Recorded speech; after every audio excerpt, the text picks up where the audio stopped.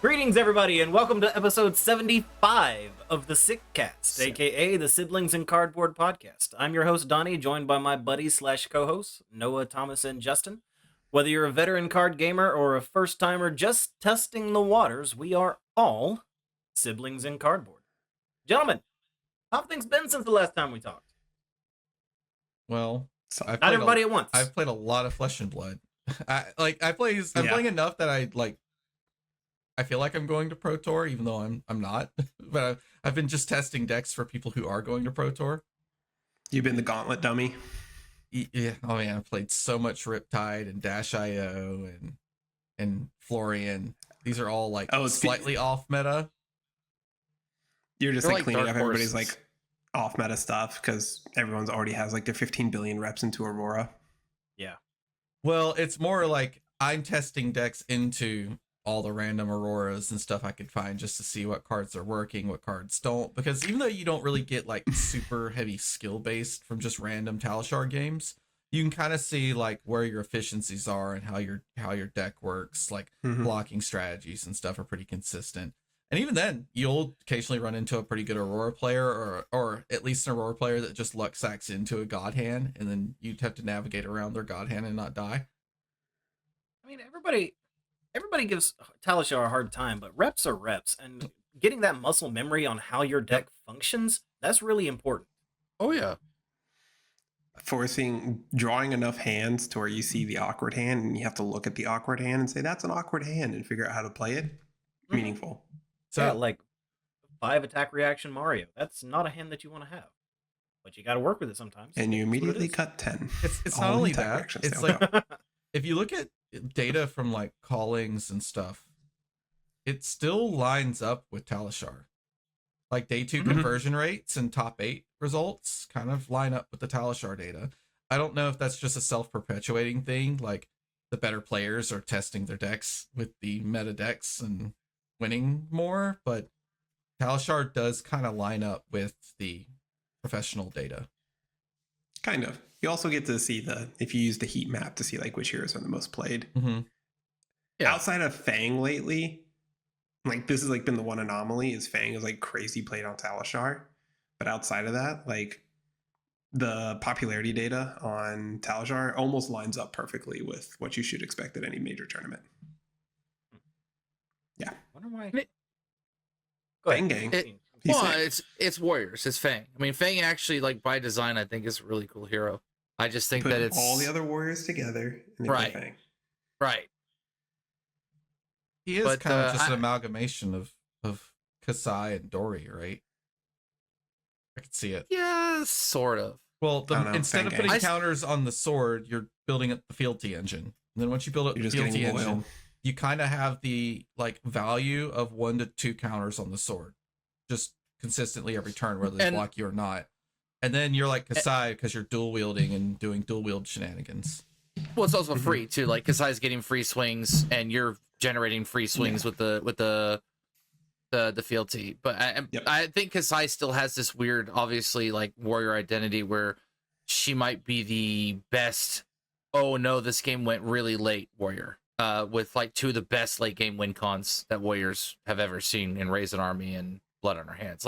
That's what separates Kasai. Kasai is not Dory value, Hatchet Dory value accrued over time. It's wait till you see what I can do late game and pull the game back. Kasai has that ability. I don't think Dory Hatchets does once you leak out all your threats. But it shouldn't be that differential between top decks and Talishar, because imagine you're watching a tournament, you see meta shares, you want to play the competitive decks that are winning, that are meta.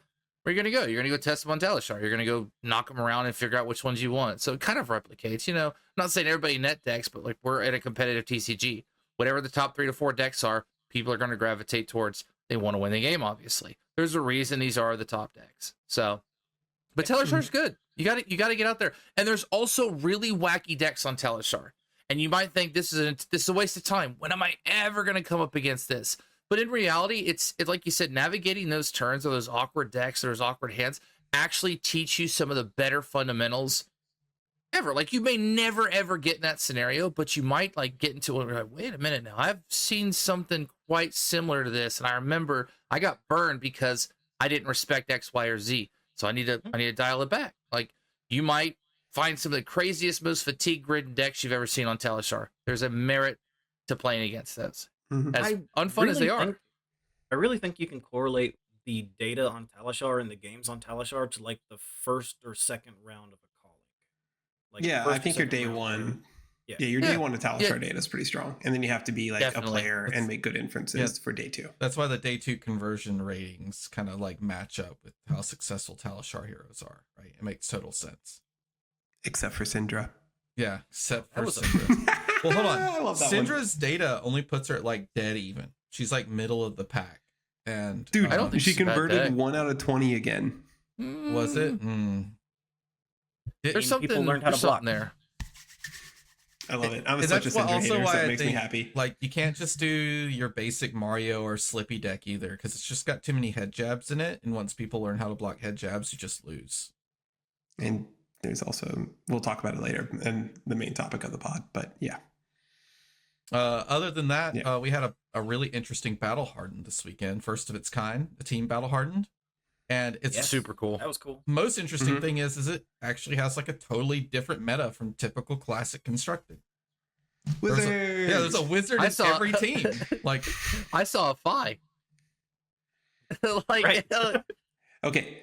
He actually did a deck tech on that Fi deck, and it's really interesting. A long time ago, yeah. It's actually pretty sick. I love some of his ideas. I love using Ignite to discount the sword so you can swing it again off the Dragon Scalar flight paths. So you go like Ignite, sword, head jab, pop your boots, use the other 2 floating to swing the sword again. And you activate the Phoenix Flame, do the thing. It's so cool. It's a really, really cool deck. Yeah, I mean, that's one that I wouldn't mind actually trying to rebuild myself. I just got to get some of my Draconic stuff back because I got rid of a bunch of ninja things. Yeah, I got a whole Syndra deck built, and he's bad, so not wasting my time with her. He's fun, but too easy to block. Last week I played Florian at the Armory because that's all I have built currently. I am waiting on Acilio cards in the mail. So yeah, I did that. And I went 2-1. I lost to a Zen that chase-tailed me 4 times in the first 5 turns. And so, and it was still 1-1. So, like, if that's my one loss between 2 weeks and also just, like, the deck's been humming for a while, I feel good about that deck. So I'm putting it down. I'm going to play other things for a bit. Cool. I went very, very deep into a Cards R Us Armory League. That was a lot of fun. I actually made it to the top 4, and I lost in the top 4 to Aurora. But it was like 1-1 right there at the end. Oh, man. Same guy. 1-1 for me, too. I put him on having the sigil. I just needed one more generation for my daggers, and I just couldn't find another Orb Weaver Spinneret, and it just... Well, and I had him dead to rights, but I had to go to shields down and said, if you have the Sigil of Suffering, you win. And he had it, and he killed me with it. Yeah, better play draw better. That's that reckless swing stuff. Yep. What is it? Arc Lightning, CLV, Sigil of Suffering, all in one turn. That also did a lot of damage to me. Do you run what's the number for 911? Do you run the Spell Void pieces? Oh yeah. I had the chest up, but at the time I think I was it was an all red hand that he had it on, and it was not. I don't know if this is right, but I would consider running 2 of them, so you could pop. So you can just Gamba Spell Void one at some point. Oh, that's what I do in Riptide. Like in Riptide, you just run that quiver, and the first time they try to game you with like a CLV in an Arcane Ping, you just sack the quiver, and your quiver gets like 5 points of value sometimes. It's insane. Wow. That's why what was good. She can react to you and make you play bad things because she can see it and then just go, oh, that's no longer my game plan. Fair. But anyways. Sometimes it has to be your game plan. You look at your hand and this hand's like, this is just a CLV hand. I have to go for it. And he just cracks quiver. And no, I agree. But sometimes like you just deprioritize Sigil of Suffering. You're like, oh, this doesn't go in Arsenal. This just gets played. Yes. Unless it's Dreadbore, then you're sad. And then you got an Arsenal it. But anyways, enough of that stuff. Dreadbore's a unfun bow. Yeah, Dreadbore is such a fun bow. You do have to read Dreadbore, because let me tell you, this is something that's Talishar specific, and it's so funny. If you shoot an arrow with Dreadbore and you have Shelter from the Storm in your hand, it will show up as green as you can click it as a D react. But as soon as you click it, it just goes straight to being an instant. And I had a game last night where I was playing into someone, and it was in competitive queue, and I clicked a pump, and I was like, okay, I meant to just load an arrow off my bow and then play the pump, and so I hit undo, and they rejected it. Right. I didn't even load the arrow or anything. I clicked the pump and then hit undo, and they rejected me. And I'm like, I'm gonna remember that. That's what you and do. Then I shoot this fat arrow. And they like block a little bit and then go to reacts and click the shelter and it goes straight to discard. And then they click undo and I go, no. Should have read that. Fair play. Should have read that Dreadbore. Oh man, dude, we all said it too. We were because it was like an arrow that like they had to block. I don't think they lost, but we all knew. We were all in chat like, I bet he has Shelter in the Storm in his hand. We're gonna get a chance to say no on undo. It was great. It was very petty, but I lived for it. It's the little things. It feels Sometimes good. You gotta enjoy it. Love Dreadbore. I love Dreadbore so much. But, yeah. Other than that, I went to Tuesday Armory. I think I also went 2-1, but I've just been playing so much Mario lately. I don't think I've played a single game with new since the Hunted came out, and I can't find a list that I like. I just can't find a single version of a new list that actually speaks to me the way she did prior to the Hunted coming out. What, you don't like playing 12D React new? No, I don't. I don't like playing that many D reacts in general. I want to be aggro, but new is not an aggro deck. She's a methodical pick you apart. I've whined about that before. I'm not going to get on that soapbox again. But I've been playing a lot of Mario and I'm really enjoying it. I may try Slippy next. What changed? I've been playing Dynasty Warriors. It's not fab. But what changed? I think maybe Siren's Call got less good because there's a lot more redline decks.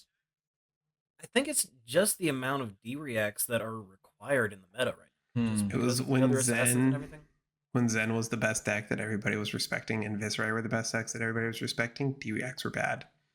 True. And we'll talk about, and we're going to talk about this later because the main topic is going to be like planning and targeting metas and all that kind of crap. But like, whenever your top decks have to hit you in the face, D-reacts are good. Right. So, yeah. So we're gearing up for Pro Tour. We're like a week and a half or 2 weekends out or so till we get there. So things are like crazy. I look at cards. I'm trying to like buy stuff for like a Mario deck, and the cards are just insanely priced right now. Oh, good luck. Yeah, don't do that. It is a terrible time to buy right now. What? Are the cards that high? Oh man, these segues get better every time. I love it. I did a lot of opening cards this weekend. I've not really a lot, but I got some more to open. So yeah, I did you opened a cold foil Ira. I did. I opened a cold foil Ira. That's how it works, by the way. You open cards, then you just get other cards. So I like to trade value for value. It's a really fun game. He opened a Shelter from the Storm in his Hunted box, which converted into my cold foil Ira because I still needed one more Shelter from the Storm, and they're really expensive right now. Congrats on opening cold foil Ira. Thank you. Thank you. Huge pull. I opened a total of 3 Shelters, 1 foil, 2 normals. In that other case, I got Marvel Adult Fang, Marvel Fealty, another Blood Spattered. I think I ended up with like 3 or 4 Blood Spattered rainbow foils. Like I can't even be upset about it. Cold foil Clave. Probably one of the cold foil Clave. Yeah, there were some pretty solid hits. The Majestics were a little up, down, left, right, but like that's pretty good. That's how Hunted works. You know, it's a semi feast or famine. But I hit Adult Singer Marvel and Adult Fang Marvel, so it felt kind of good to do that. Now next is Rosetta. I've got some Rosetta coming in. I got about 3 cases of that, so we'll see what we get. We'll see. I'm hoping to pull the actual Thorn. Yeah, I want it so bad. Like I don't want to do anything with it, but I want it so bad. Oh, I pulled Schism too, so I got the Fable. We're doing rainbow foil. Rainbow foil. Okay. Playable, but not too crazy. How much is Schism right now? 40 41, 42. Kind of want that. Yeah, it's a good If card. Chaos is ever good, it'll be good. Oh, I mean, Chaos it's is good in right its now. I think Chaos is in its like raw card. infant stage. So- So, That's what I'm saying. But like, it's a card every Chaos deck will have to look at. oh yeah. It's good in Dagger Mario. I wasn't going to run it because I don't want to pay for it, but it's so good in Dagger Mario because Dagger Mario can almost convert any card that gets flipped into there. It doesn't have as many bricks as other assassins do. Yeah. But let's jump in. Let's get right to it. We'll speed through this as fast as we can. I try to go for the same thing, like meta-driven cards. I mean, I usually always do that, but like this is more of a, hey, I want to play Acct Sword Pro Tour. Like, what am I looking to pay? I didn't put Codex of Frailty on here for like the 86th time. Just know it is above $100. Know it will be above $100, and it'll always be above $100.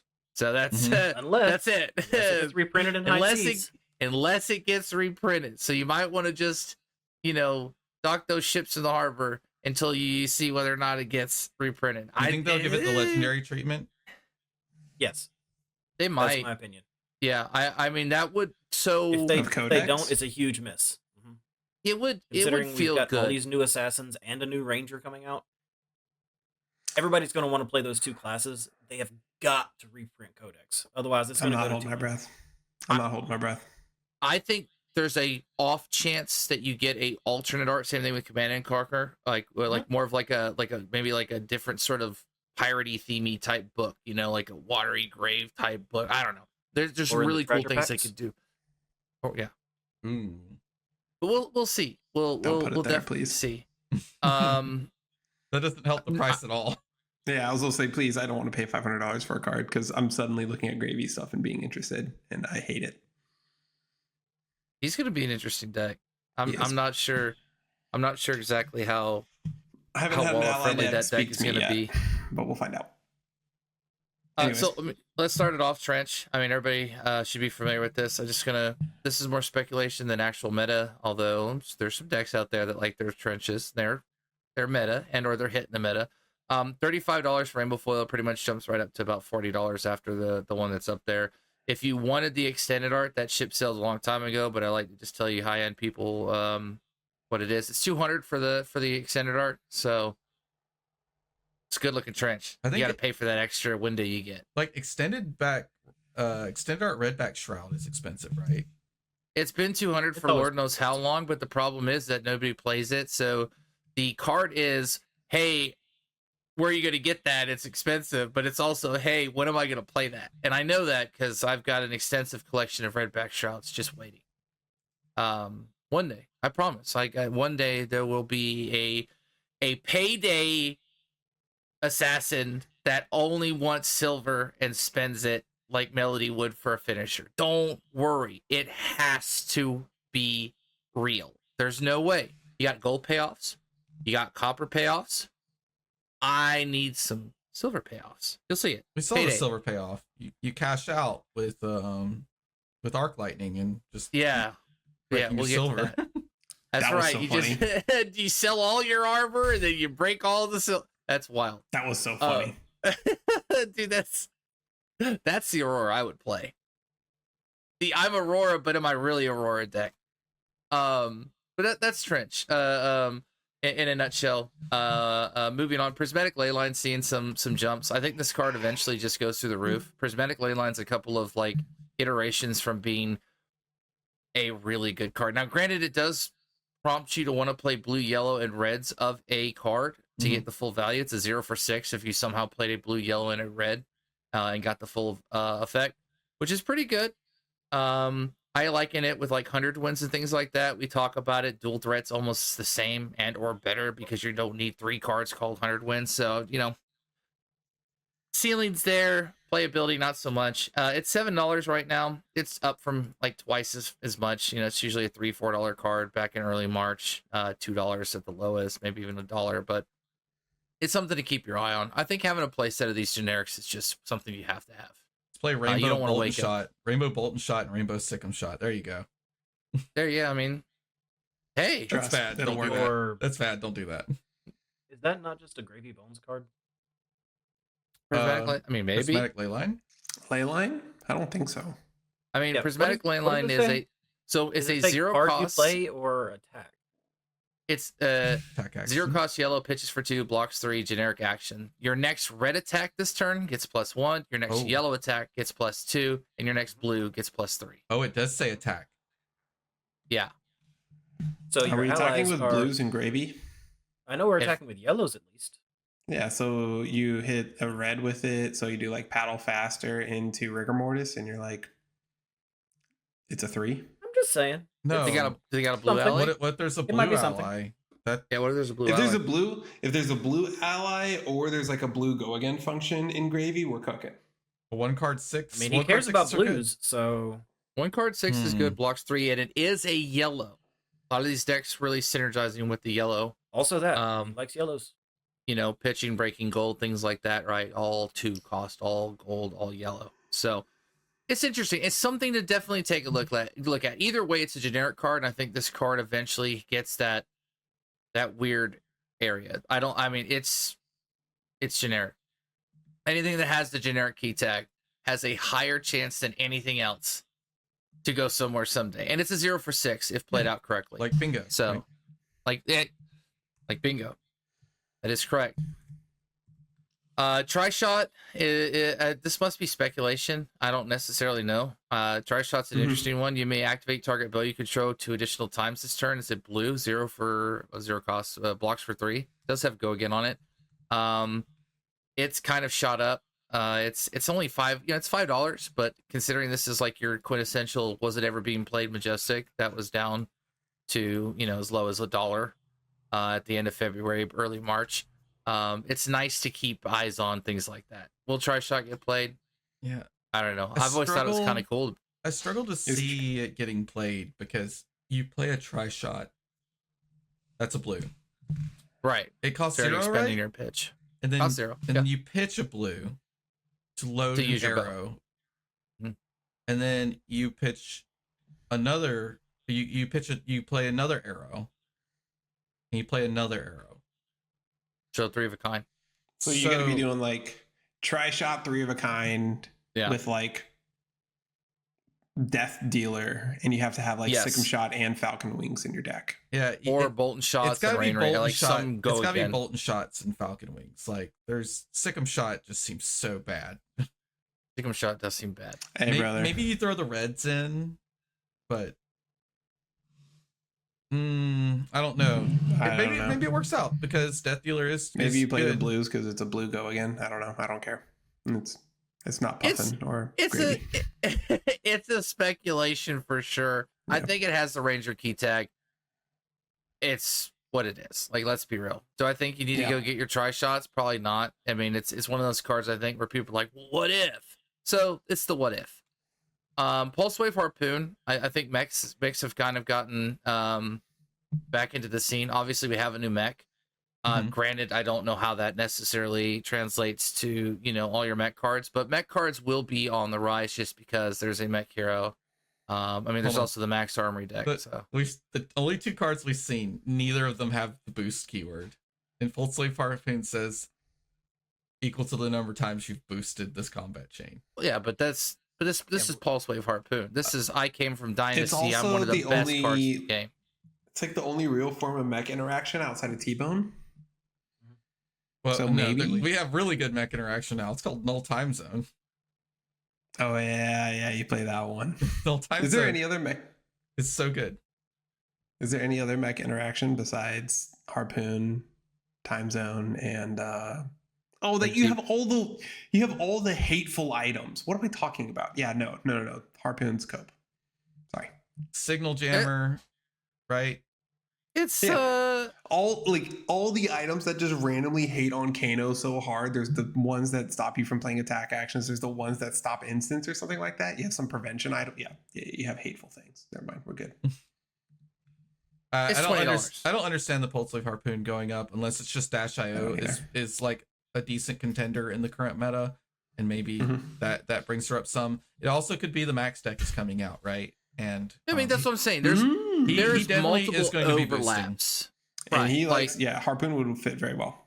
One cost and 2 costs are quite good in Max once you get the engine running with lots of hyperdrivers up, you start with like a zero cost boost. No, it's one, but the idea is you start with a zero cost boost to harvest resources off your hyperdrivers, and then you play out a bunch of 1 cost and 2 costs for free, and you're extremely overrated. It's like you have a Teklo core every turn, but it takes setup. Yeah, it's also a dynasty card. Like let's just be real here. It is from that wonderful fabled set called Dynasty. It's $20. It's mech. I mean, like mech cards go up crazier than I've ever seen any classes cards. Now, granted, it's only like the 3 or 4. I mean, we're talking like bios. Well, okay, I'd say that there's other decks that like really pump up. But I don't know, something about mechs, like something about Heist Twin Drive, and I don't know. It's wild. Watch your Pulse Wave Harpoons. Next one's Exude Confidence. I feel like this card's gotten a lot more play recently for a very good reason. And it's sitting at $9 right now. Which one? Sorry, Exude Confidence. Oh yeah, that card's so strong. I'm playing Vinset. I think I'm running 5 D-Reacts. Every time Exude comes down, I'm like, I have 2 of them in my hand, and I'm just like, yep. And then I block with a 6, and he's like, lightning press it to 7 in the defensive layer, and I'm like, yep, I guess I'm taking a lot of damage. Dude, Exude Confidence with Go Again makes me just want to shoot myself in the face. So, just so everybody's aware why it's so awkward to block Exude Confidence, it is a 0 cost 4, does not naturally have Go Again, and only blocks for 2 red.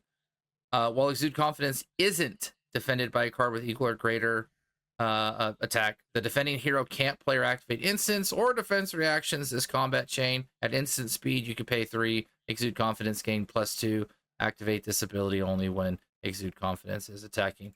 I think you can activate the instant more than once, right? Like if you really wanted to, you could just hand dump into it for whatever reason. And that is I've done that. It's awesome. It is awesome. You did that back in the day with Briar to get a bunch of Earth cards in the pitch zone to keep showing up rock around. There you go. I was gonna say like nice. That makes sense. You main deck the card for that reason.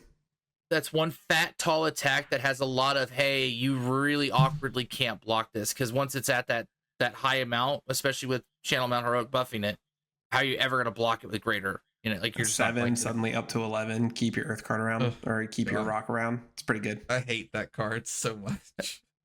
Yeah, so Exude's kind of a pain. I wouldn't be, if Aurora is oppressive for whatever reason, I think that's the card they could hit pretty easily.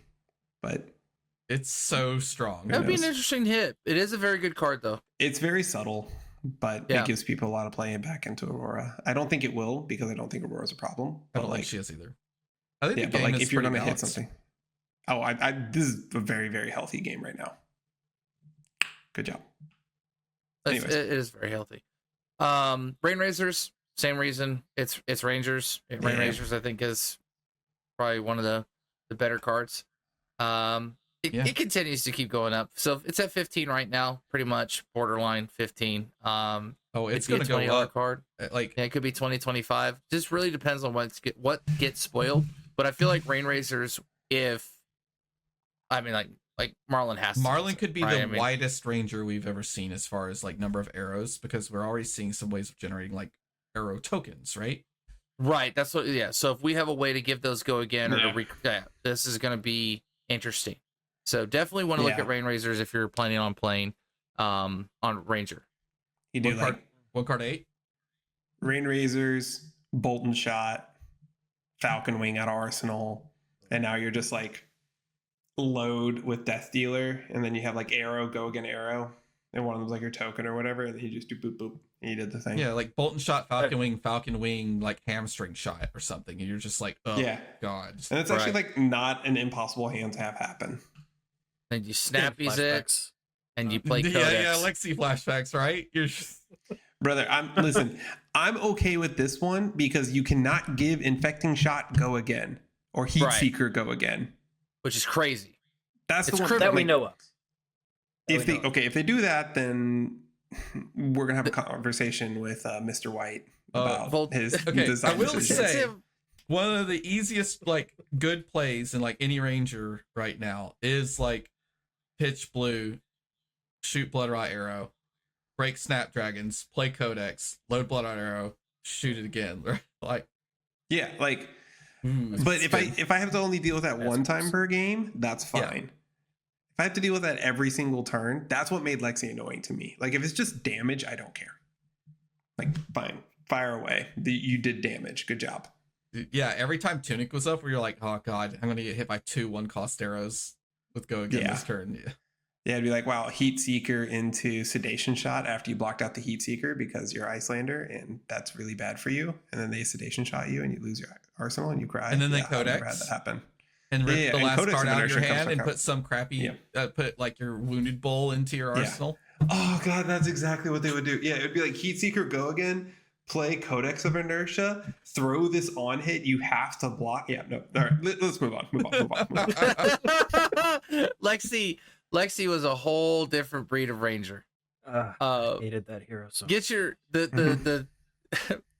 the story is get your rain razors. Yes, because rangers know how to use it very Get your well. rain razors. That card's very good. It's gonna go up. Mm-hmm. 3 Oak's good too.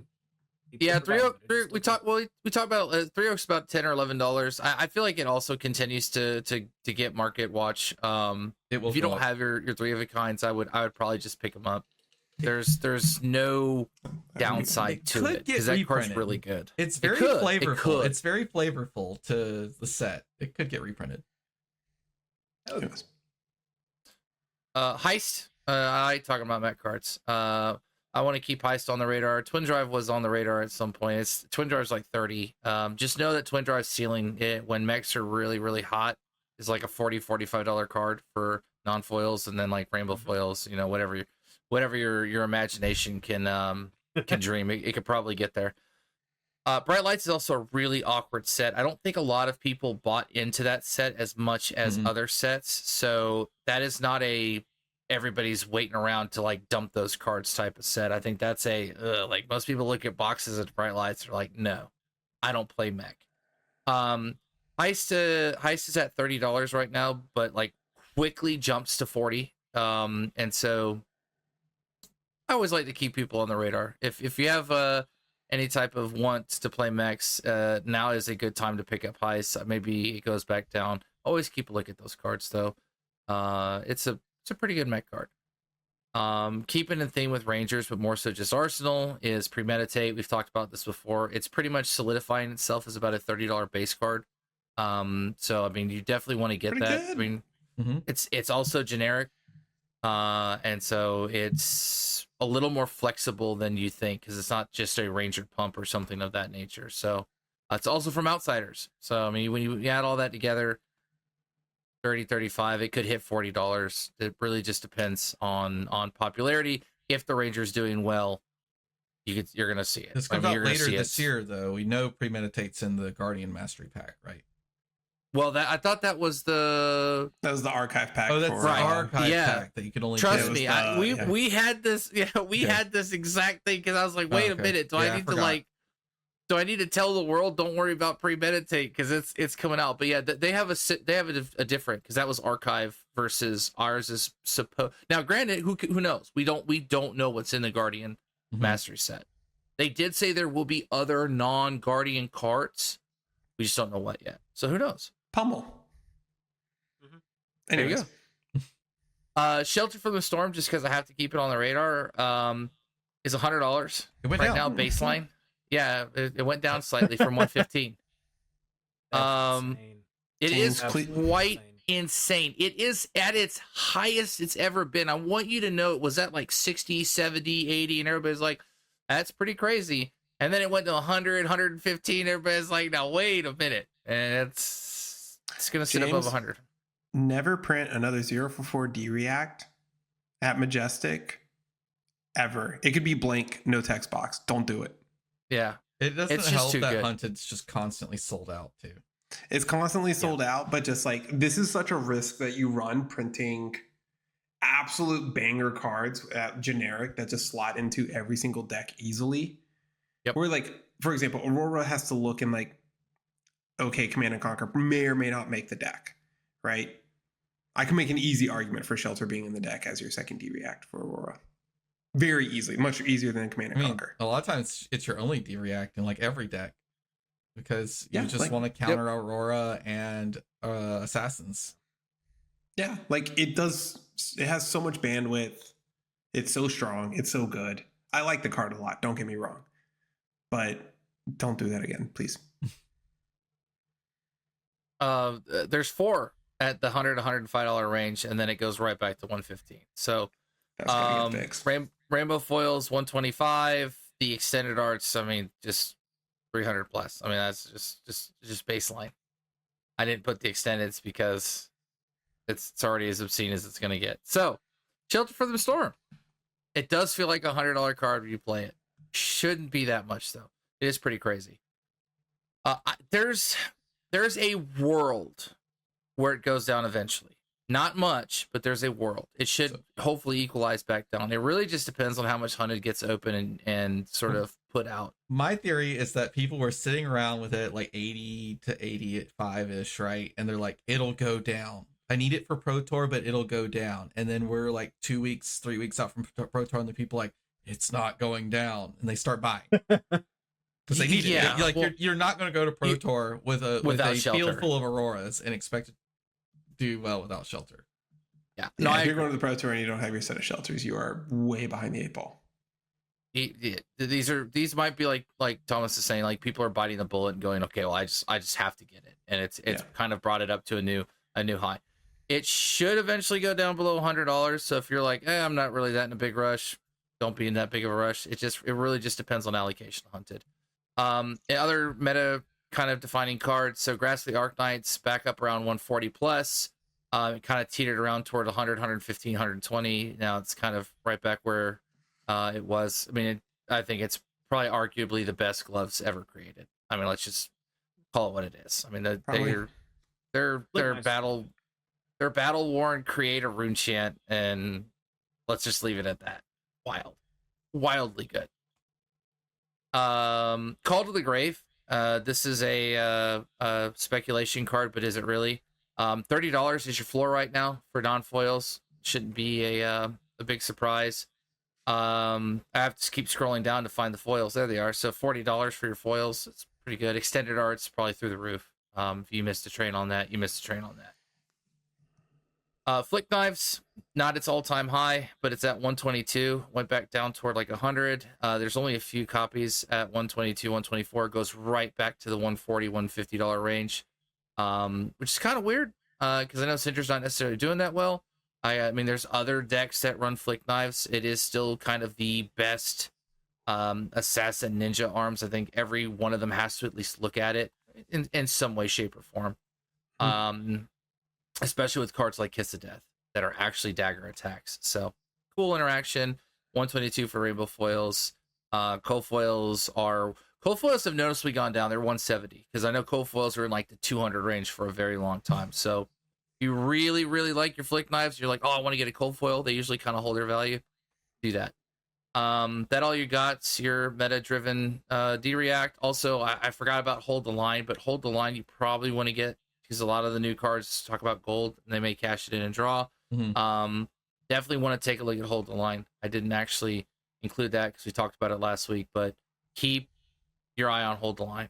That all you got's about $18. It's about to be a floor of $20. So that all you got's very good. When this is defending an attack with 2 or less, when the combat chain closes, draw a card. It's a 0 for 3 D-React yellow. Pitches well. Blocks Starfall out. Feels pretty good. So blocks daggers. Well, it blocks the stick too with Zen. Yeah. A lot of good interactions with it. Does good things. That's a card that if you don't have them, you should. It's going to be good for a bit. There's a couple of cheap balances. I know balance jumped up as soon as everybody saw there was card draw, so they're back down to kind of like 130 range. I would probably get one. Balance only really goes up to solidify it as a playable headpiece. In a meta where decks draw, balance is really good. Somehow even better than Crown.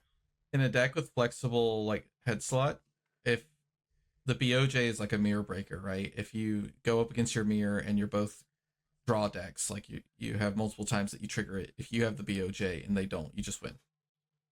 Yep. Every time. Bigger than 2. It's almost like 100% win rate. Like things have to go incredibly wrong for you to lose if you're in the mirror and you have the BOJ and they don't. Mm-hmm. It definitely a headpiece you need to have. Like you need to. This is like when they talk about, man, why is everything so expensive? I mean, it's cross deck gear. Like you got to have your crown, your tunic, you got to have your balance adjusters. It just kind of slots into that slot. I don't think it's gear anymore. Mm-hmm. I don't think it's gear anymore. I don't think it's the equipment that's really expensive. Well, yeah. I mean, that's your issue. Is back in the day, legendaries were printed at a lower rate, so now all your old legendaries are expensive and your majestics were cheap. And now it's the reverse, where there's a lot of legendaries and not as many majestics, which is good for draft, and that's fine, but it causes problems. It's causing problems in cost overall. The expansion card system too puts a little bit of a strain, but it does. I think it's overall good. I think it's mainly just the supply is low. Yes, they're just straddling the what should be print and how much should be print line. Really is the I don't problem. envy LSS's position to figure this out, but they need to figure this out, and they are working on it. Like they have said that they are working on this. Full trust.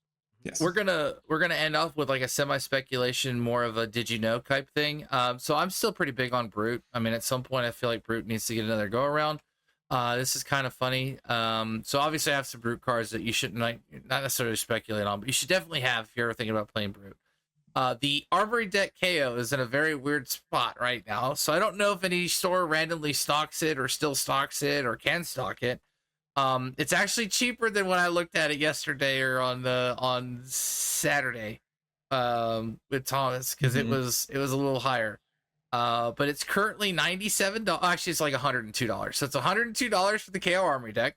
There are past sales at 110, 105, 110, all the way up to 118. The cards in the Armory deck are worth a obscene amount of money. So you've got Run Rothschild at $17 for the normals, not even the foils. The Savage Sash is $33. So when you put those two together, you're looking at about $100 deck. And so you're thinking, well, why would I spend $100 on my KO Armory deck? Well, if Brutes are good and you want those cards, and you're probably going to want them because Savage Sash is really good. It's out of print. It's out of print. So you got two choices. They have to reprint Savage Sash. That card has to be reprinted. You buy the where can I find it? Oh, that guy has 40 KO Armory decks deck. Or you buy it singly and you still get boned either way. I live in constant fear that I'll misplace one of these Run Roughshod, and then if I ever want to build KO or whatever Brute comes up, I'm just... That is terrifying. That's terrifying. That's not good.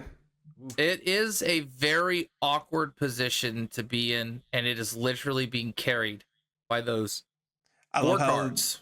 I love how this conversation is like Thomas and Noah just being like, yeah, because they had this conversation. Me and Donnie are just like having our souls eject as he's speaking. It was one of those things where I was like, what's going on with that? Because it's been on the front page sometimes of like top selling, and I'm just like, really, it's that much? And then you click on, you go, why is it that much? You go, wait a minute, those are $17 a piece, and then you go, wait a minute, people are buying it at 118, and then you put it all together. That is insane. Yeah, so Brute, guys, Brute Gaming, right? Brute Gaming. KO will probably end up being a quintessential sort of Brute, right? So if you're missing those things, or if the idea is, hey, I wanted to be an entry into this game Brute player, it's becoming a lot harder than you think. Scab, this is more of a, hey, do you have it? Scab skins are still under 40 for the Rainbow Foil. It's pretty criminal. If Brute ever gets good, like really good, it just goes up. Remember, it's all Brutes pretty much are going to play those, have those in their arsenal. The history pack version is 26, very, very affordable option to have scab skins. I mean, at $26, it's great. Apex Bonebreaker is sitting at 67 for Rainbow Foil. I think the cold foil is the better bet. The cold foil right now is $77, and it's going to keep its value. So Apex Bonebreaker at 77 for cold foil, that's a good time. Get a pair. The chances of that going up in value, perfect. Like, that is an investment. That is I like it, I'm playing it, and then you trade it off later. The cold foil will hold its value in time. Remember, that's Dust Till Dawn. That's going to be a Willy Wonka set at some point. Or no, that's Heavy Hitters. Never mind. The next one I'm going to talk about is Dust Till Dawn. Scowling Flesh Bag That's 45 for rainbow foil and 70 for cold foil. So almost the same kind of thing. Definitely get them now before the name of the game. A brute set. Right. Oh yeah. Yeah. Find the really core cards to set or heroes that are not played right now. Yeah. Buy all of it. Just have them. Wait till next brute set gets released. ? Profit. We were Which is talking next about we were talking about the value of Tag, and it could go down suddenly because Zen is on the absolute cusp of living legend. He is Isn't 4 he points like away. Yeah, I was supposed to say he's like 996. So it's Briar. He may not Has be it actually updated? Yeah, I haven't checked if it's updated, but it was confirmed that there was an unreported ProQuest Plus, and then his win in the Battle Hardened team event put him to 4 points off of Living Legend. There's 4 events this weekend, 2 ProQuest Plus, 2 Battle Hardened. If he wins any event this weekend, he is gone the Monday before Pro Tour. Like, please, LL the best deck for the Pro Tour the Monday before it. Please do it. Please do it. Please. I want that so bad. I think it's interesting because it's like the absolute most straining thing you can do to the Living Legend system, right? Are players going to be upset? Are they going to be excited to like switch? Like any Zen player has 2 decks. Like they have their, I'm going to take Zen and then he's going to LL. Decks, There's no way you're like, I'm all in that he's not going to win it this weekend. No. Zen is sitting at 991 as of time of recording. Yeah, I think they're missing 5 points from unreported ProQuest Plus. Either way, the win would put it over at 996 or 991, right? Yeah. No, a win in another ProQuest Plus. 5 points. Another ProQuest Plus. So okay. So it does matter. Yeah. I will say there are some like big name players right now that are like super tunneled in on Zen as like their deck. And I don't wish ill for them, but I do want Zen to LL because I'm not going to this Pro Tour and I just want Max Chaos because I think he's the best deck. But it is what it is. Okay. Anyway. So he LLs, right? Boom, he LLs. What suddenly? Vincent gets better, Florian gets better. What instantly clicks in and goes, aha, now I can. And then what comes in and challenges the other top spots? All the Enigma gets better. Enigma does get better. Enigma gets so much better because now there's not that one deck in the format that she has to eye roll when she plays against. Dash Out gets worse. Yeah, that's right. Yeah, no, Dash Out totally preys on Zen now because I don't know. I think Null Time Zone is such a jerk. Outside of Enigma getting better, I don't think anyone gets that much better. Mm-hmm. Like, I feel like the Florian Zen matchup is fine. It's like a 50-50 to me. It's just who draws which cards in the right order. Because like I lost a dude literally drawing the nuts. Right. And it was still a 1-1 game. Mm-hmm. Where like if he presented 1 less point of damage, I was able to start taking his cards at like a 2-1 rate, slow him down, and then like get back into it and win. But I don't know. He's Zen. I'll be happy when Zen goes. I did not enjoy his design. So we said that we wanted to come up with some kind of topic to talk about because we thought this was going to be a dead week and hard to fill in the hour. And we're at the 50th minute. Maybe not quite because we chit-chatted a little bit when I turned the timer on. But roughly. So the topic we wanted to talk about is like how to approach a given meta, right? Like what makes a deck good in a meta and how to identify like pressure points and pivot points and make adjustments to your own playstyle or your own deck to fit that, right?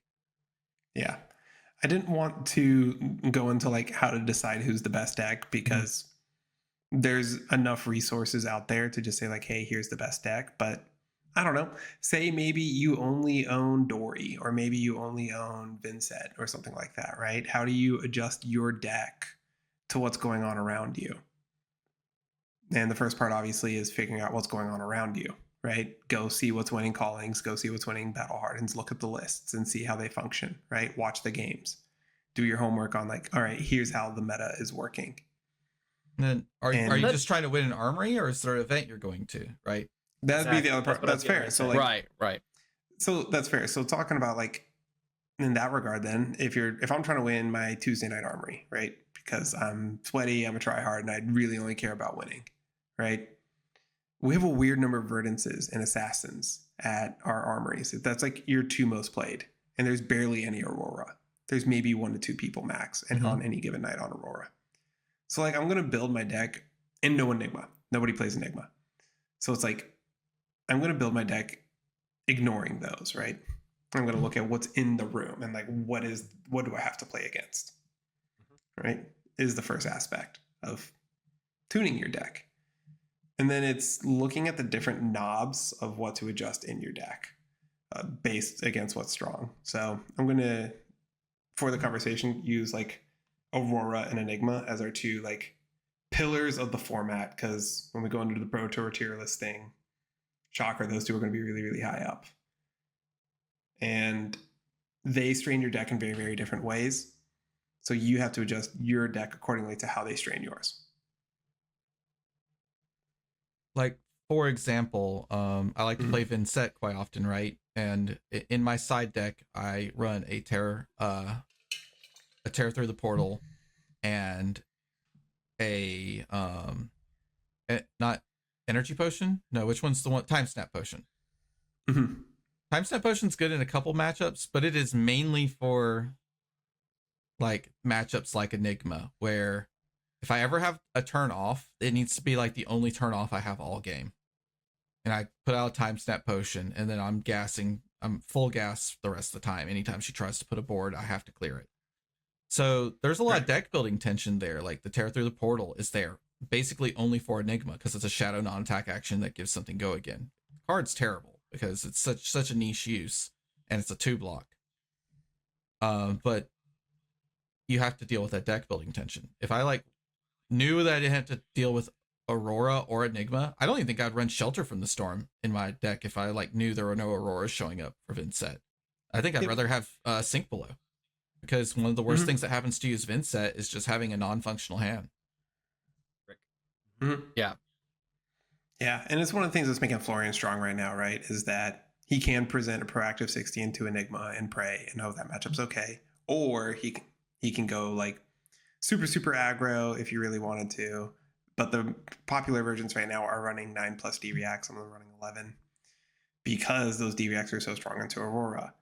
And I want to look at the Dory deck that top 4'd Sao Paulo, I believe is what he did, right? He top 8'd because he was fifth. He top 8'd and lost the first round. Yeah. If you look at his deck, he made a really interesting decision to play CYB, even though the top 2 decks that we're using in this framework, you would not play CYB into, right? Mm-hmm. Because I went back, we went back and checked the matches, and he didn't play it into Enigma, and he didn't play it into Aurora. And I find that very interesting, right? But then I thought he played it into Enigma, or maybe it was the Verdance match he played it into. I didn't see any. He played it into Verdance because he played it into the Verdance kept putting him low, and he'd go back up. And there was just like a point where the decks were almost empty, and he's at 11 again, and he just wins. Right. But either way, I would totally agree. Against Enigma, you cannot present cards like that aren't threatening in some way, shape, or form, and also don't block. Are we having a little bit of okay? Justin froze for a second. Sorry, my internet decided to hate me. I think it is extremely interesting because there's like almost no CYB hate in the meta anymore right now. So it's like 6 cards that just fit into the deck that no one's going to counter. But to me, the part that's so interesting about like his deck building decision is if you look at his deck, he has 6 D-Reacts, right? 1 Fate, 2 Shelters, which I bet if he had a play set of Shelters and owned them, they're a play set of Shelters. And 3 Sink Belows, right? So he's playing a deck that has D-Reacts. I looked through this earlier and I can't remember if he was playing shunts. He's playing no shunts. There should be no shunts. Because he should be off Tunic for those matchups for sure. Yep. But anyways, the point being is that it's like everybody's bringing D-Reacts in the format. You know that every deck is going to be bringing D-Reacts into the format because of Aurora, right?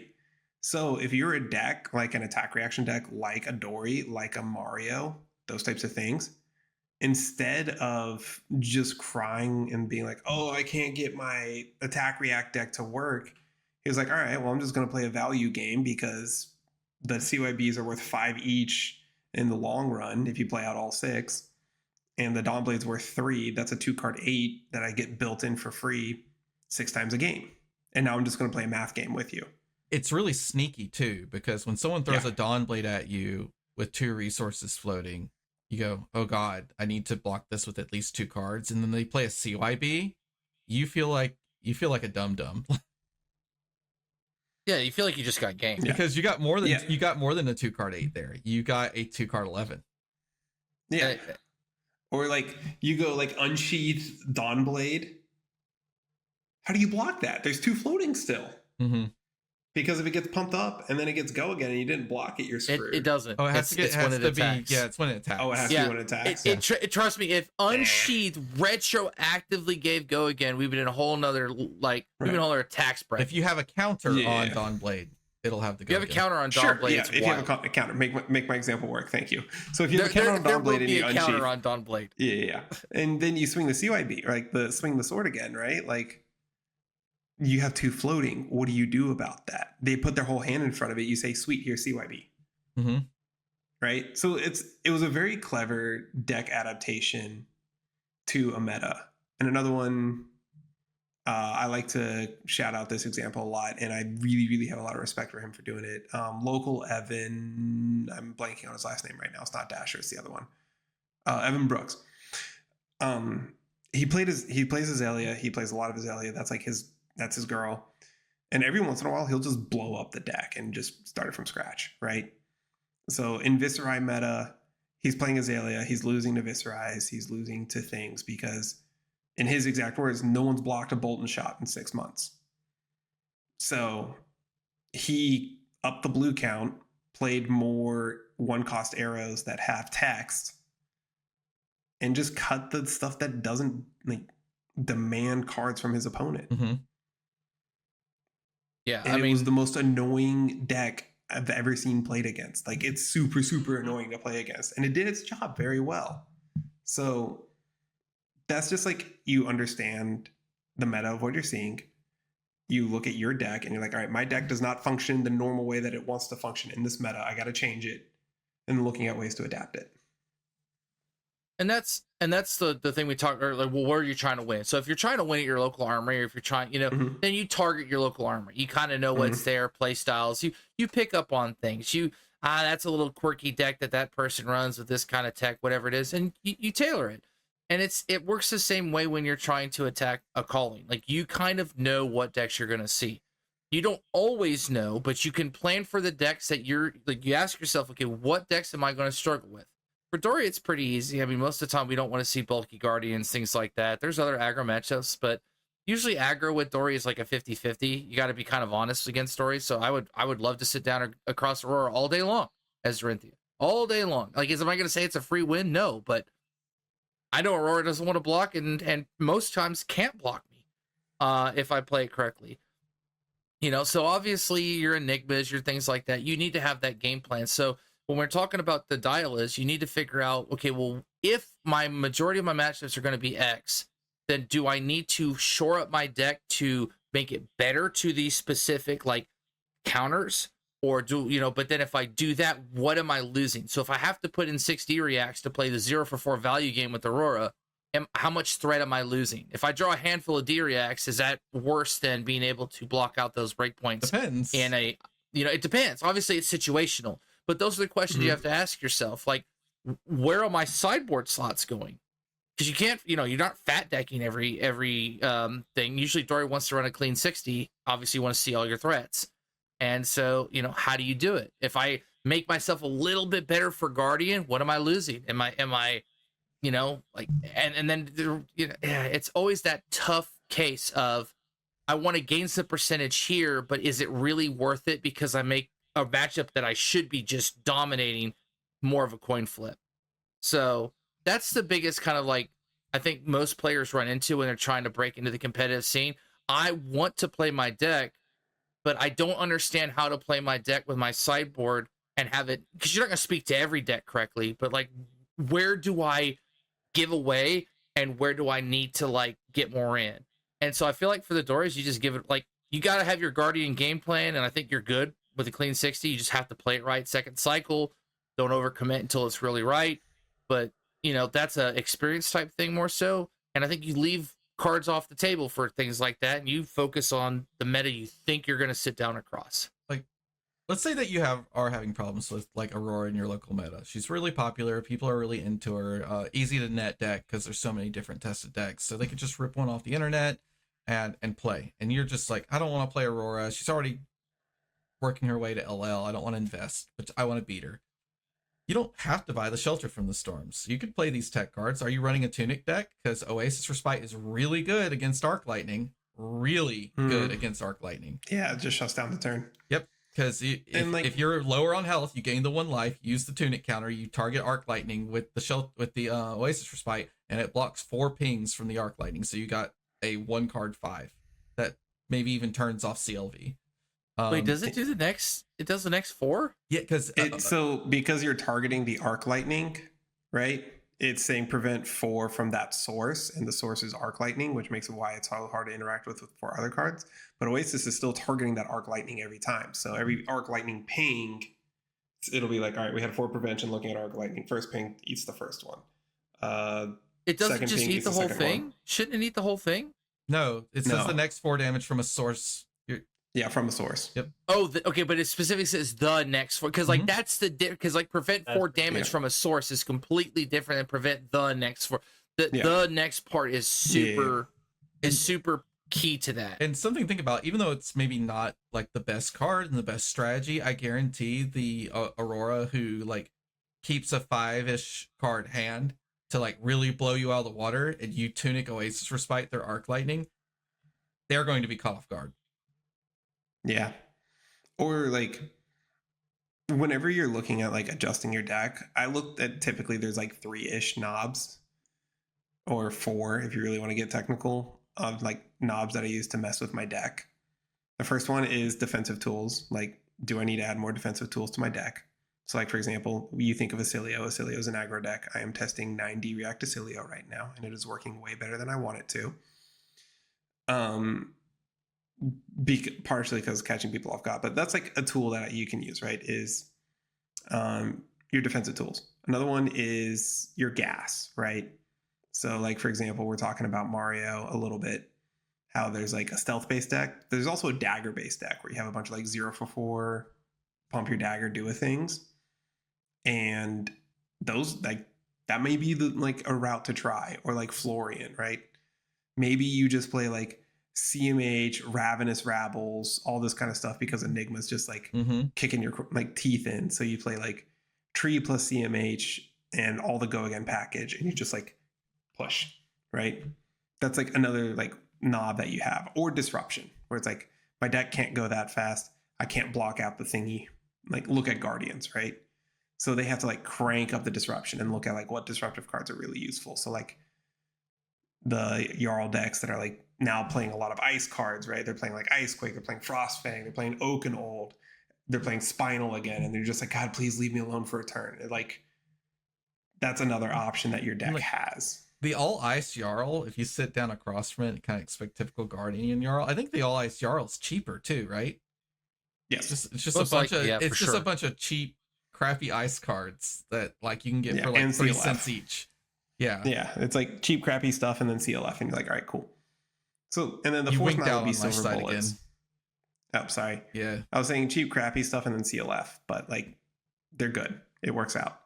But the fourth one is Silver Bullets. If you know you have like 18 CYB truthers at your armory, just buy Poison the Well. Or Gravekeeping. Like at that point. Depending on if your deck is aggressive, you do Gravekeeping. If your deck is defensive, do Poison the Well. Yeah, that kind of thing. Like those are the 4 knobs that I'll look at for a deck and just be like, which lever or which knob do I need to like dial more at this point with my deck to tune for whatever.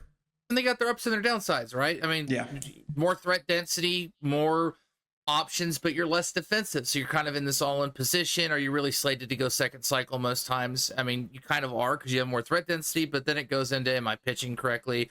Am I making sure that I'm counting my threats? I mean, Doria is a big one on that too. There's a lot of times I just want to play my deck out in the first cycle, but like most of these matchups, the correct way is probably to sort of like leak it out and like take it to that second cycle. Second cycle, Dory, when you have enough threats in there where singing can hit like 3 to 4 things, you are unstoppable. Yeah. If I mean, at some point, Iron Song Determination comes out and you're done. Like you're just like, it doesn't matter what they have because they do the whole 12 block, whatever. You just go, oh, by the way, 20. Never underestimate. You're like, well, there it comes. Never underestimate the power of block 9, pitch a red card, and swing for 3 with Dawn Blade. It seems bad, but sometimes it's just so nutty because if you make it to the second cycle, the Dory's gonna have this like stack of like 2 reds, 1 blue. And it's just going to be all gas. Yep. Like, that's good. Like that's like with the whole idea behind it. I at some point I know personally, and I know we kind of talked about it before, like assassins or things like that. I don't have a lot of reps in a new. I mean, I kind of understand the matchup, but I know that deck in particular, and assassin, and also attack reaction decks. I mean, Dory probably is on the same spectrum. Most people don't necessarily sit across from Dory every day. I think a lot of users get punished by Assassin and Warrior because they don't get how to block the deck or how they should block the deck. And those are 2 decks that are literally designed to say, hey, ball's in your court. It's for you to mess it up. Because like that's how those decks operate. Dory says, hey, do you know how to block? Because if you don't understand how my cards work, you're going to lose every single time. Same thing with new. Like, are you looking at the board correctly? And so if we have time, what are some of the key things you guys play a lot? I mean, everybody plays a lot, but like, at higher echelon that you're looking for when you're sitting across from these decks. Like, I mean, I can tell you Dory, but more so new when you're like, I don't want to get blown out. New like, it's a huge knowledge check, right? So you've got to consider several things okay, let's just go with the classic. New swings Bonds of Agony at you. What are you doing? You're doing a risk management. Because Bonds of Agony has what breakpoints? It's like 8, 11, 14, and 15. Yeah, there's the standard 4 of or 5. Sorry, like say they break like both pieces of gear and go again. Yeah, and give the go again. So come in with 4, go again. So like so it's 5. You almost always have to respect at least 4, right? So you're covering 4 because if they have both pieces of equipment up, they could just game you off of a blue pitch, get go again, and throw something else at you. But it can go up to 15. 15 is like, if you're like, I cannot get hit by this Bonds. If I keep a single card in my hand and they get to look at it with Bonds, I just lose the game to fatigue immediately. That's when you just go, okay, I can't get to 15. I guess I'm going to give you every card in my hand kind of thing. Also, a good thing to do into new is give her a few cards and make it look like you don't want to get hit by the Bonds. And then you just have a defense reaction in your hand. Just let her go tall. Like really tall, and then throw the defense reaction out and she gets nothing, right? Stuff like that. So for me, 2 things with new. The frustration with new when you're playing against her is you got to realize that every single turn she can have Twinning Blade, right? Where her Mask of Perdition is the thing, right? Or Recurring Nightmares, sorry. Mask of Recurring Nightmares is the Twinning Blade, right? To punish you for overblocking, you say, all right, cool, chi, banish, done, right? Right. So you have to look at, and this was, I think, a huge level up for me after playing Viserai. Like once I stopped playing Viserai and started playing normal Fab again, and like having to like deal with new because I hated dealing with new. I just chose to play decks that didn't deal with her, like garbage. Like now I do play those, but was one looking at her blocks that she did the turn before. Like you throw a felling at her, or not a felling. Felling's a bad example. You throw a some let's just say 2 a for 6. Let's just say a snatch. Yeah, a snatch. Just say a snatch, right? Sure. And she gives you 2 cards. One of them is a blue stealth card and a venomous bite. All right. And she goes prog. Right? That's a Nick. Yeah, it has to be just a Nick. That's the only thing left, right? She's or trying to defense reaction. It's either just Nick or defense reaction, right? Because she either wants you to overcommit to not getting just a Nicked, or she wants you so she can do a defense react, or she wants you to say you don't have it and then she has it. Or like the options are just a Nick, because if you blocked with the venomous bite, because you could have gone like dagger, prog, Venomous Bite, Just a Nick, right? Mm-hmm. And that's obviously a good turn. But like, if she's blocking with those and because she doesn't want you to draw the card, that's fine. So it's either Prog Nick, Prog Mask, or it's Prog Arsenal, right? And so what you have to do is look at your hand and evaluate in the context of all three of those decisions, right? Right. And that is hard. That is a lot of time and effort for most people to go through. For aggro decks, usually the correct answer is your God-given right to say no blocks and just lose the cards. Hey, but like you're playing a red line deck. She's just gonna flip a yellow off the top anyway. You're good. Yeah, or like you're playing a 20-20-20 deck, and it's like, all right, well, this prog's not hitting anyways. It's fine. I have one card that matters. Go for it, right? Because like sometimes it's just not worth it to block the bonds. Mm-hmm. Like you look at it, they go bonds with a 4-card hand or whatever, and you're just like, you got it, buddy. I'm gonna block with my 1 power card so you don't take all 3 copies out of my deck. I'm going to let you rip this hand apart. You did it. And we're going to go next. Because sometimes New gets the hand coming back and she can't do the thing. And like, that's what I think, like looking at New and looking at how my deck works with New is a very important thing for that matchup. Because like, for example, Florian, the current iterations of New that are not playing CYB, I could just play all my D reacts. And it's sweet. And I don't have to like life juggle. I don't have to do all this stuff. I can just like put some of my good cards to the bottom of my deck, wait until I'm online, set up a tree or 2 late game, and I can have a win con. So like if she bonds me and puts like 3 earth cards, or puts like, say she puts all 3 fellings in the banish, that sucks. But there are still ways to win that game at that point. So it's like, it's just understanding how New works in context and always remembering that the mask is an option. I think that's good advice. I play a lot of Riptide into her. Oh God! So you just like no. So there's a little bit more nuance to that because you think, oh, the first time you see anything that's going to get pumped, you throw the buzzsaw trap into it. Well, something to consider is once the buzzsaw trap is in your graveyard, it's also a new card now. Because if she banishes it, you can no longer do this like super overcommitted huge pump arrow because you just get blown out. So it's also a thing that she has to play around the whole game if she doesn't know where it is. Exactly. So if you play the buzzsaw trap, she knows it's in the graveyard. And it is now a liability because she's got a Passover and her other legendary that could put it into Sacred Art, yeah. Yep, the Sacred Art that could put it in the banish. And then it's just this waiting game of when are you getting screwed by your own buzzsaw trap. So there's tons of times that's like, I could buzzsaw trap this, or I could block 9, take a couple points of damage, and then throw the buzzsaw trap into my quiver and put it back into my deck, where she can't get to it. Which I've done exactly that before. Because I think to myself, what makes me lose this game? Getting hit with this Bonds of Agony for like 3 after I'm willing to give up my entire hand and shoot like an endless arrow from my arsenal? Sure. Like, just break the quiver, put the buzzsaw trap in the deck, and don't lose to my own buzzsaw trap later. Now, the buzzsaw trap's different, right? Like when we're near the end game, she's taking a bunch of damage and dropped to like 4, so she could throw this giant bonds at me, and then I hit it with the buzzsaw and I just win the game on the spot. That's different, right? But you always have to evaluate those things. That the value isn't always as upfront as it seems. Like you look at the buzzsaw trap and think, man, this is a one card 12. I'm throwing it right now, and then you end up losing the game because you try to throw your like 4 cards plus arrow, and she pitches a chi and buzzsaw traps you, and you lose. Yeah.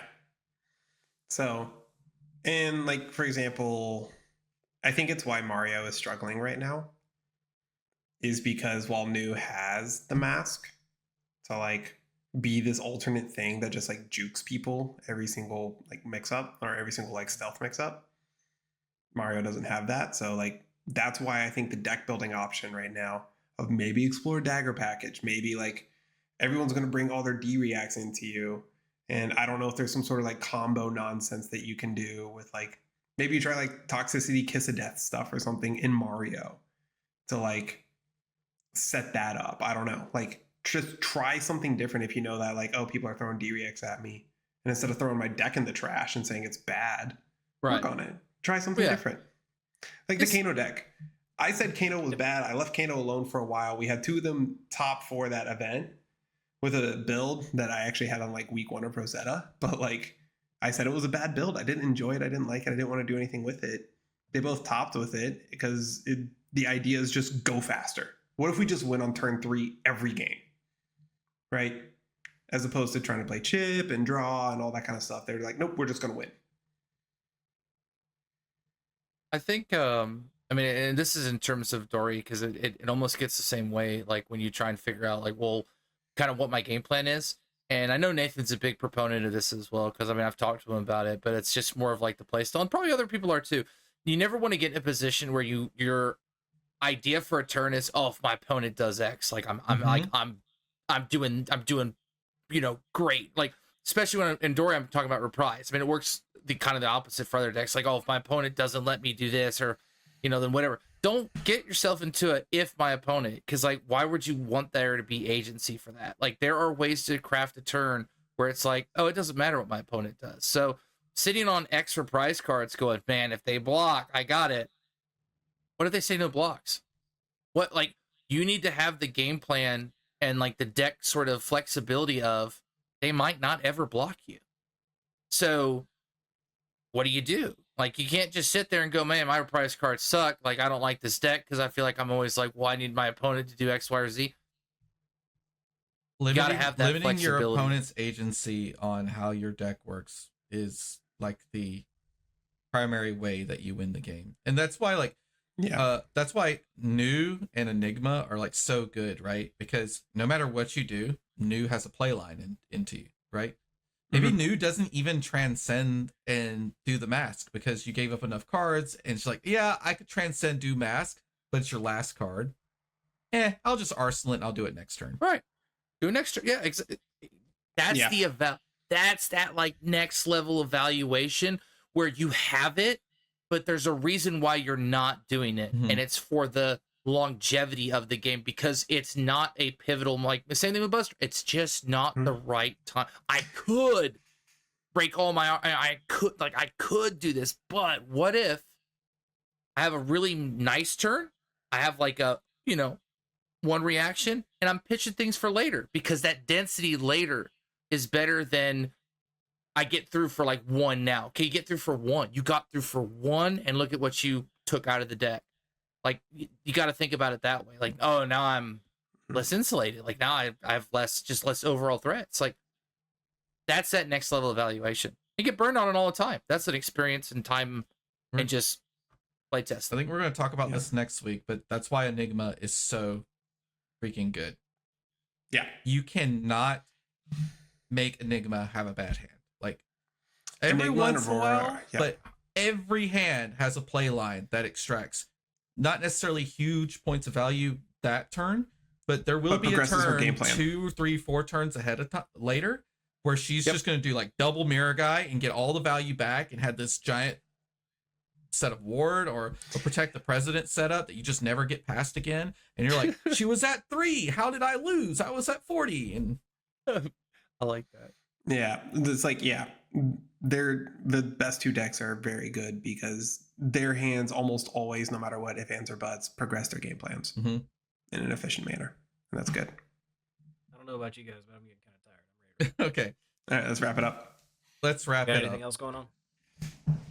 No, I'm excited for Pro Tour. We're going to knock out what we think who's going to win next week, right? Yeah, we'll make predictions next week. We all know who it's going to be. Starts with a D. Ends with an A. Oh, Dorothy, okay. The -IO? Yeah. All right. Yes. Yes. Well, if we don't have anything else, Noah, where can everybody find you, buddy? At Big Max Fab on Twitter, at Big Max on Blue Sky, Big Max on Discord. Okay. Justin? J_EVS5 on Twitter, Jebzo5 everywhere else. Okay. Thomas? At Wet the System Fab on Twitter, at Wet the System everywhere else.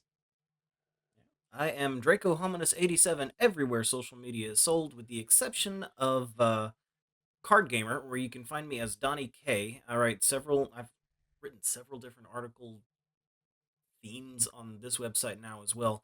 The most recent release is a new player's starter guide, how to play Flesh and Blood.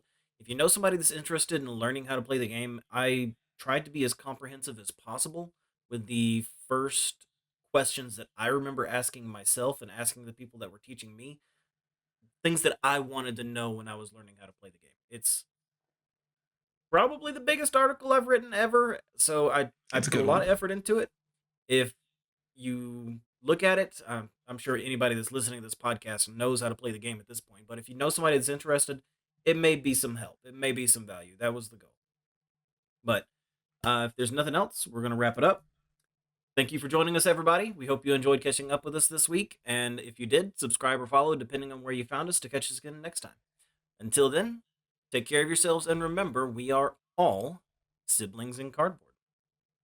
A little different this time. Thanks for 200 subscribers. We love you guys. Super cool. Great milestone. Affiliate links, and not to beat a dead horse, but read your cards. I promise you, 90% of problems get solved if you read the card and realize it wasn't coming in for 4. Could have done it. Read those cards, man. Just read them.